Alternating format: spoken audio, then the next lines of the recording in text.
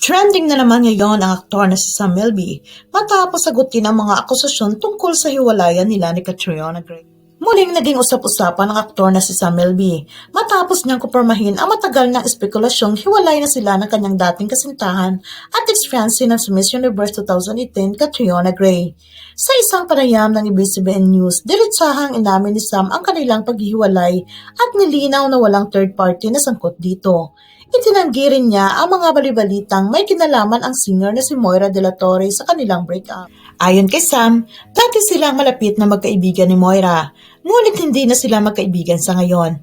Bagamat hindi niya itinetalye ang dahilan ng kanilang pagtigil sa pagiging magkaibigan, mariin niyang itinanggi na may namagitan sa kanila habang siya ay nasa isang relasyon kay Catriona.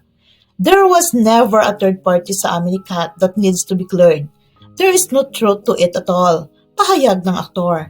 Nagbabala rin siya sa publiko na huwag basta-basta maniwala sa mga impormasyong kumakalat online kung wala namang matibay na ebidensya. Bukod sa issue ng third party, lumalabas din ang usapin tungkol sa naudlot na engagement ni Sam at Catriona. Ayon sa ulat, hindi pa umano handa ang aktor sa pag-aasawa at sa pagkakaroon ng sariling pamilya. Kaya nauwi sa paghihiwalay ang kanilang relasyon.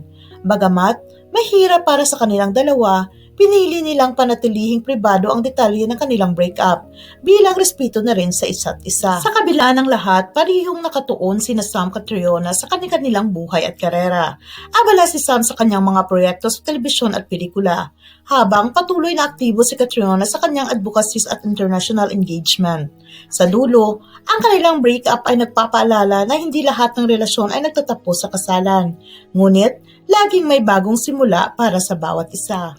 Kung nagustuhan ninyo ang aking video, please like and subscribe. Ang channel na ito ay pawang katotohanan lamang at walang halong fake news. Maraming salamat. Ingat!